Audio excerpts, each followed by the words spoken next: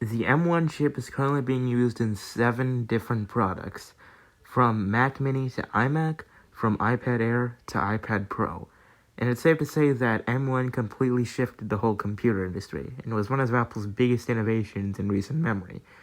And as soon as WWDC next week, we should expect the follow-up to M1, the M2.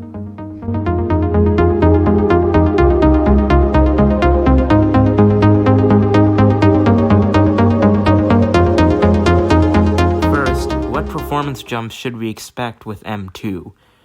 M1 had an 8-core CPU with 4 Firestorm performance cores from the A14 Bionic, 4 Ice Storm efficiency cores also from A14, and 7 or 8 G13 graphics cores also from A14, and a 16-core neural engine, which was also from A14.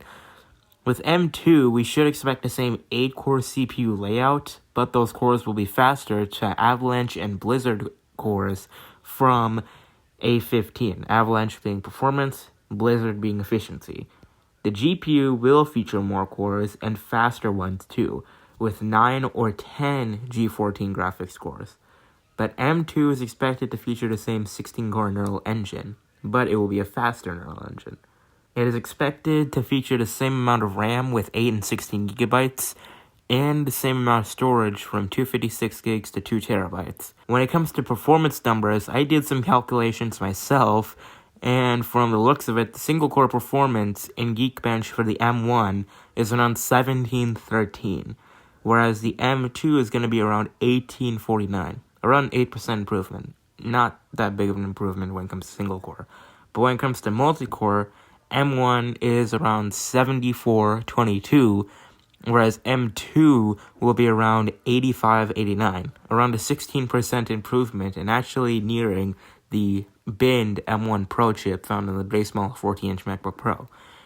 Now, these numbers are tentative, but they should give us somewhat of an idea of the performance of M2. Now let's talk about the M2 hardware, starting with the Mac Mini. It's been rumored that the Mac Mini will feature a new design for the first time since 2010.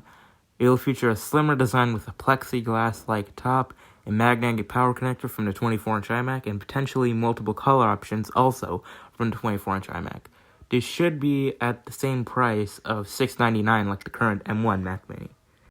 Next up, the MacBook Pro. It was rumored by a Weibo account that this MacBook Pro would come out at the March event and would feature the same design as the current M1 MacBook Pro. Well, the March event happened and we didn't get a single MacBook whatsoever.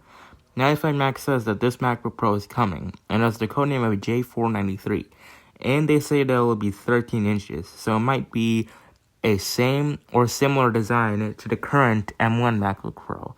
95Mac says that Apple has considered dropping the Pro naming from this model, and simply calling it MacBook, which makes a lot of sense to bring this model down to an entry-level model because this MacBook has always felt like a consumer product, not a pro model. Because this is going to be a recycled design, and Apple's debating on changing this model to MacBook, this could be cheaper than the M1 MacBook Pro, $999 or $1099. And if Apple's going to be changing this model to entry level, it will probably feature the binned 9-core GPU model of the M2, and the 10-core will be an upgrade option. Next, the MacBook Air. Unlike the MacBook Pro, this will be a massive upgrade. It will feature a new design, which will be more flatter and thinner, similar to the 24-inch iMac combined with the MacBook Pro. It will feature white bezels with potentially a white notch as well, and a white keyboard. And it will feature multiple colors like the 24-inch iMac. I'm personally hoping for a key lime color like the iBook G3 clamshell. It will feature a better 1080p camera, and it will also feature MagSafe 3. And the screen will be a bit bigger at 13.6 inches. And it's been rumored that the MacBook Air will be a bit more expensive at like $1299. If the new 13-inch MacBook is going to be $999 or $1099, it's probably safe to assume that this new MacBook Air will be a bit more expensive at $1299. Or $1199. Next is the 24-inch iMac. We don't know a lot about this Mac, but we do know, according to Mark Gurman, that it is coming.